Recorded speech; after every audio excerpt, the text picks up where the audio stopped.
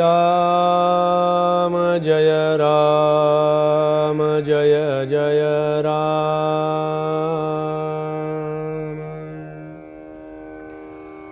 श्री राम जय जय राम।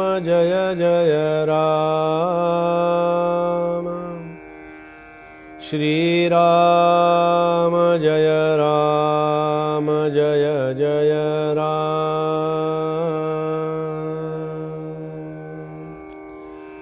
श्री राम समर्थ श्री राम।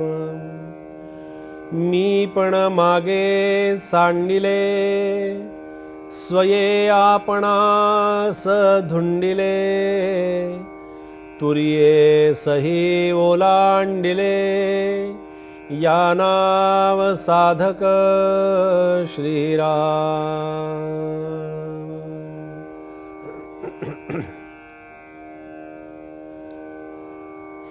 समर्थांची ही साधक लक्षणं आणि त्या साधक लक्षणाचं चिंतन आपलं सुरू आहे।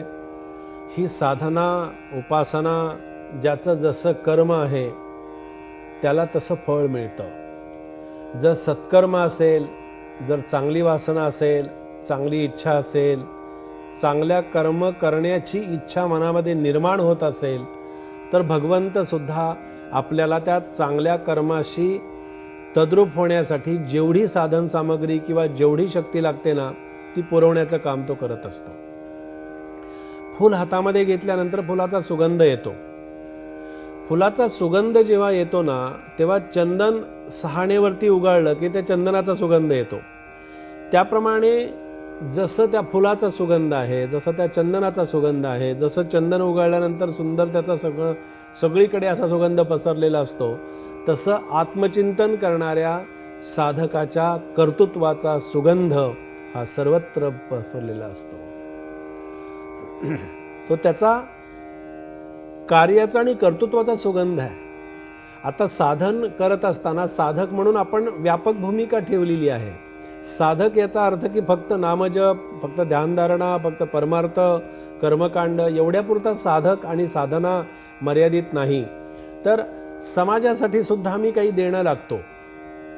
समाजासाठी मी काहीतरी करावं लागतं।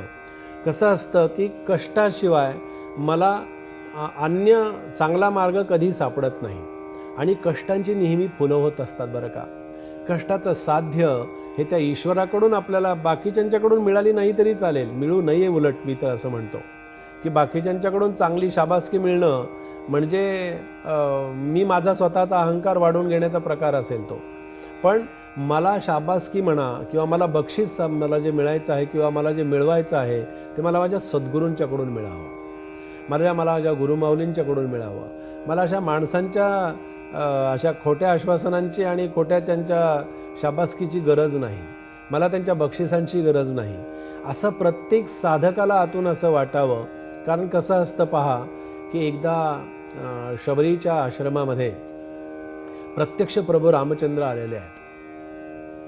तो बोरांचा प्रसंग तर तो आहेच आहे, पण हा आणखीन एक वेगळा प्रसंग आहे की शबरीच्या आश्रमामध्ये रामराया जेव्हा जातात तेव्हा रामराय आपल्या झोपडीसमोर आलेले आहेत। तर शबरीनं काय केलं, शबरीच्या अंतरंगातला अंतर्भावातला साधक, अंतर्मनातला साधक, अंतर्वृत्तीतला साधक जागा होतो आणि जागा झाल्यानंतर काय करतो, प्रभू रामचंद्रांना समोर बघितल्यानंतर काय अवस्था व्हावी हो, कशी अवस्था व्हावी हे शबरीकडून शिकावं। रामाला बघितल्यानंतर अंतःकरणातला प्रत्यक्ष शक्तिरूप अशा प्रकारचा राम जागा होतो आणि तो राम भाव भक्तीच्या रूपानं कसा दिसतो ते पाहायचं असेल तर भरतांचं चरित्र अभ्यासावं। राम आणि भरत या दोघांची आपण त्या ठिकाणी अशा प्रकारानं भेट आपल्या अंतःकरणामध्ये रोज आपल्याला घेता यावी, ही साधना आणि साधकाचं एक फार मोठं अधिष्ठान ते असेल की मला रामाचं चरित्र, मला भरतांचं चरित्र, मला अभ्यास आणि त्याचं चिंतन करण्याची संधी प्राप्त व्हावी।